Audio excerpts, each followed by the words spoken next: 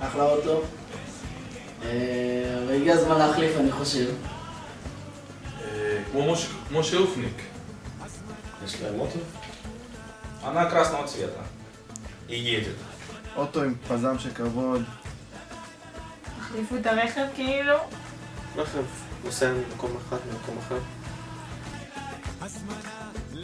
Нет. טסלה? דיבאס. לא. דיבאס? כן. לא, ממש לא. מה זה? לא. Это Ави в ней участвует? לא. זה הלהקה שהוא עושה עם אח של אשתו של סלאבה? כן. לא. בטח. זה הלהקה הכי טובה בארץ. הסולן שלהם היה קצת על הפנים. לא נזכיר שמות. סלאבה. סלאבה. בטח, דיבאס, יש לי את הקליפ שלו.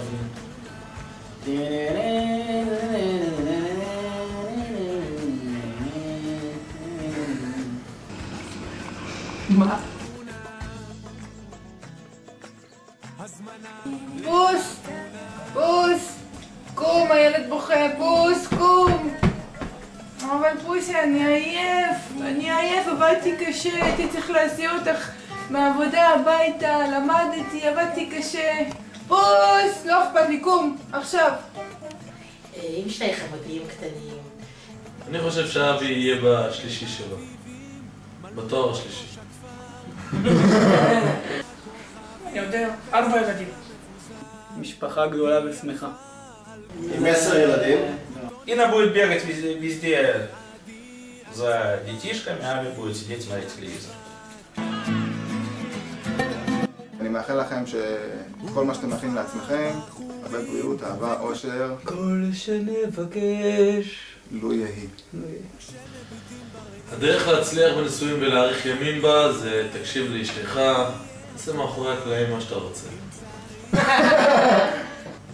גבר הוא מלך ביום של החתונה. אבל אני אומר, כל עוד תיתן לאינה יחס של מלכה, אתה תהיה כל החיים שלך מלך. Но хочется им пожелать, чтобы они были так же счастливы, как сейчас, чтобы были терпеливы друг к другу. Конечно, Ави придется терпеть больше. Тут без сомнения. И Ина, пожалуйста, постарайся проявлять терпение к Ави. тоже. любите друг друга, будьте счастливы. נכון. אני מאחל לכם את הכי טוב שבעולם. אני מקווה מאוד שביחד תוכלו לחיות חיים מאוד מאושרים ותגשימו את כל החלומות שלכם. כל מה שתרצו, בכל תחום. שתעשו רק מה שאתם אוהבים. שיהיה לכם המון בריאות ושתהיה לכם משפחה מאושרת. שיהיה להם הרבה אור ואהבה בחיים, ושמחה ובריאות, והכי טוב בעולם.